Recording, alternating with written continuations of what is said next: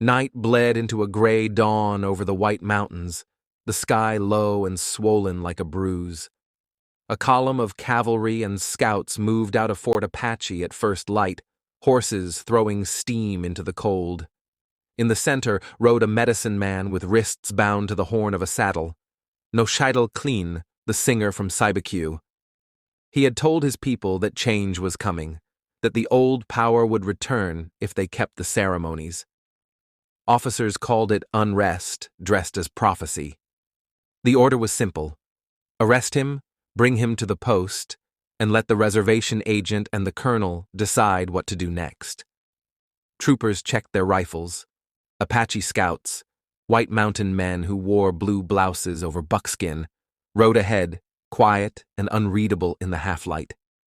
The trail ran along Cybeque Creek, through cottonwoods and shoulder-high grass. The singer rode without struggle. He had eaten, asked for water for the horses, and said little. Behind him, the soldiers tried to keep the tone of an escort, not a raid. That tone snapped before noon. Shadows pooled in the sage above the creek. A call like a hawk's cry cut the air in the way soldiers learned to hate, and then rifles began to talk from the slopes. The first volley tore through the column and sent mounts into a crush of brush and water. Men fell into the creek. A bugle started and died. In the flurry that followed, some of the scouts slid off their saddles and took cover facing the soldiers. Others froze, as if trying to decide which way the ground leaned. No one remembers who fired the first shot at the singer. What they all remembered was the shock of it. One heartbeat, he was praying in a voice that carried like a drum through brush and gunfire. The next, he pitched forward and hung from the saddle with his feet caught in the rawhide. The cavalry captain who had ordered the arrest shouted for the men to pull back to the trees and build a line. He looked for the scout sergeant and saw him 100 yards off, firing past a fallen log toward the troopers he had ridden with. The captain screamed at him to come in. The sergeant did not move. The fight broke into knots of men and splinters of orders. By mid-afternoon, the soldiers had a perimeter in the cottonwoods, a ring of horses blown and bleeding, and a stack of casualties. The air burned with powder and dust. Across the creek, the White Mountain and Cybeque warriors worked the flanks without showing more than a shoulder. Their firing was patient and, worse, precise. The troopers fired back in volleys by squad, the sound coming in shaved blocks that chopped the day into pieces. The sun dropped and heat slid out of the shade. When darkness gave the first cover, the captain cut the lashings on the medicine man's body and had him carried to the rear. He gave the order to withdraw to the post, and the column began to move in ragged silence, stepping over the places where friends had fallen. They reached Fort Apache through a night wind that tasted of damp earth and pine. Lanterns lifted along the palisade. The garrison was small, cavalry, a handful of infantry, and the families who lived in the shadow of the parade ground. Wives and children who knew what it meant when the bell began to ring before dawn. The returning column looked like a unit that had gone out whole and come back with holes in it. Among the holes was trust. The scouts who had mutinied were gone into the dark with their kin. The scouts who had stayed huddled together by the corrals, faces closed against whatever suspicion would follow morning. Messages went out along the military road to Fort Thomas and San Carlos. The colonel ordered ammunition distributed, the hospital cleared, and the wagons drawn into an inner square. Sentries doubled. Somewhere in the hour before sunrise, the storm broke over them. Rifle fire from the timbered slopes above the fort, single shots at first, then loose volleys that found the edges of the parade. Bullets struck adobe and the cut-log palisade with a sound like hard rain. The colonel walked the line and told his men to hold their fire until they could see the muzzle flashes. The flashes came as faint sparks in the trees and in the folds of the ridge, like embers in a forge. The first morning's fight never quite stood up and charged. It leaned in and out like surf. Warriors who knew the ground kept just beyond the comfortable range of the carbines and pricked at the fort from three sides, shifting as the soldiers shifted. On the south wall, a private took a round in the shoulder and fell back swearing into the arms of a sergeant who had once trailed deer in those same trees. Near the sutler's store, a bullet punched into a barrel of flour and bled white dust that mixed with the smoke and settled on everyone like chalk. A lieutenant counted shots, felt the tempo of the fire change, and realized they were being tested, not stormed. At noon, the firing slackened. The colonel sent a patrol to a rise beyond the river. They found fresh cartridge cases, ashes still warm in shallow fire pits, and tracks that braided and separated the way a family does when it argues aloud. The men spoke different names: White Mountain, Cibecue, Carrizo, San Carlos, names that ran like rivers into and out of each other. Some of those tracks belonged to men who had worn blue 2 days earlier. The patrol pulled out before the shadows shortened and the ridge could make more trouble. Toward evening, the rifles lit again. A bullet smashed a lantern in a barracks window and painted the wall in burning oil until someone threw a blanket over it. The post surgeon worked by lamplight on a table laid over crates.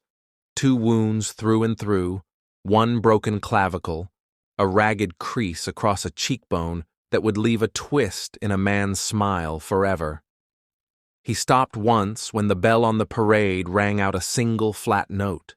A stray round had struck it. Men looked up, startled by a sound supposed to mean assembly, not siege. It died, and they went back to their work. The second dawn brought reinforcements from Fort Thomas, hard riders with dust ground into their coats and the look of men who have ridden 2 days on a promise. They filed through the gate and were folded into the line. The firing outside drew away into the trees and dropped to nothing. Scouts who had stayed loyal said nothing at all, which said enough. The colonel sent out strong patrols. They found blood on rocks and places where bodies had been dragged away, but they did not find the main camp. The hills took the warriors back as easily as they had given them. Casualties on the post list were light: 3 men badly hurt, others nicked and saved by luck or adobe. Numbers never tell the whole of a day. The cost showed in the faces around the cookhouse and in the quiet of the troop streets after taps.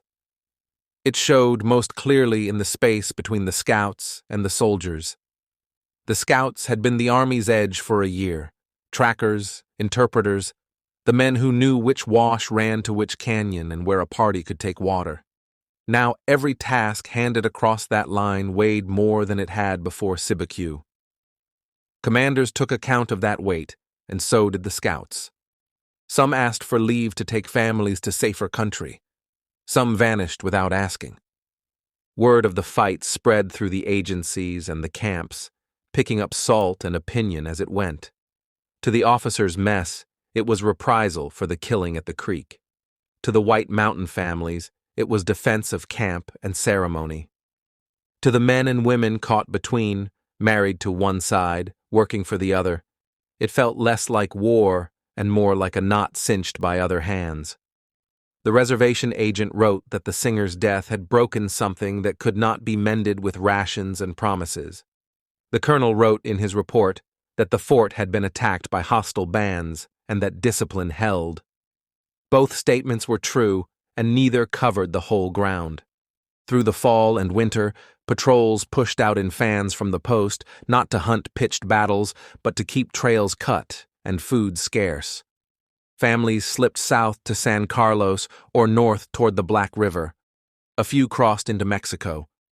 Officers wrote that the reservation system could not stand on faith alone.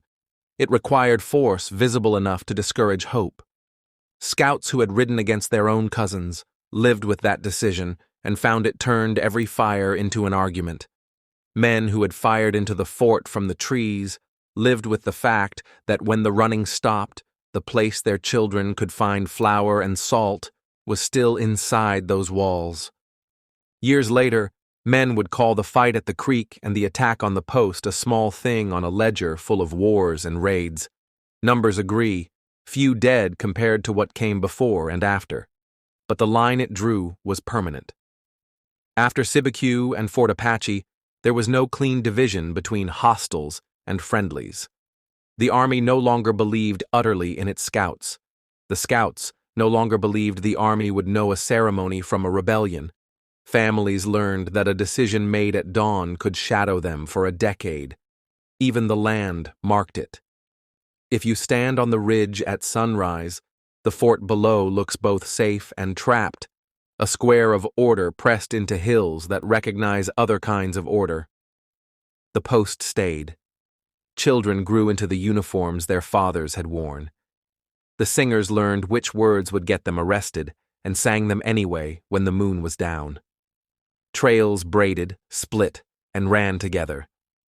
The reports filed that week are spare. One engagement at Sibique Creek, one attack on Fort Apache, U.S. casualties light, enemy casualties unknown. The sum of it in the mouths of the men who fought is less tidy. They will tell you that for 2 days the air smelled of dust and pine and burned powder, that a bell rang when no one touched it, and that when the shooting stopped and everyone counted who was left, not even the victors were sure which side they had been standing on. Thank you for listening to Deserted Trails. Subscribe for more forgotten stories from the old frontier.